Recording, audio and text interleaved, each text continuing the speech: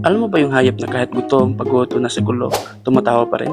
Hindi tao, hindi rin komedyan, pero haina. Oops, parang iba yung nasa isip mo ah. Oo, yung tawang parang may malaking balak, pero ang totoo, isa siya sa pinaka-misunderstood na hayop sa mundo. New and unique facts about hyena. Number 1, hindi talaga sila tumatawa dahil masaya sila. Yung tawa ng hyena ay parang vocal signal na ibig sabihin, kinakabahan, nasasabik, o nakikipag-communicate sa grupo. Parang tao rin, di ba? Minsan, tumatawa tayo, kahit masakit na sa loob. Number 2, hyena ang may isa sa pinakamalakas na pangas sa mundo.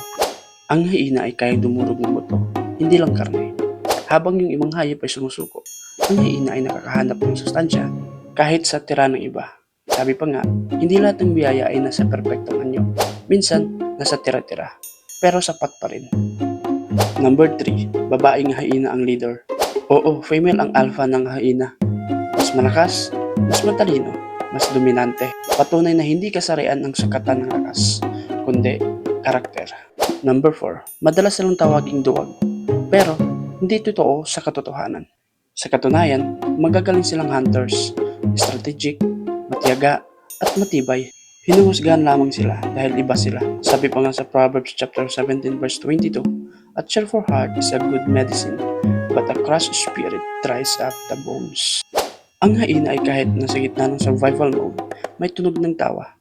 Alam mo, minsan parang hyena din tayo. Tinatawanan ng iba, minamaliit, akala nila weak tayo, pero hindi nila alam. May lakas ka na kayang durugin ang buto ng problema. Hindi mo kailangan maging tahimik para maging matatag. Hindi mo kailangan maging perpekto para maging mahalaga. Kung ikaw yung tipo ng taong pinagtatawanan, hindi nauunawaan, o laging nasa huli, tandaan mo ang hyena. Habang tumatawa ang mundo sa kanya, nabubuhay siyang mas masaya.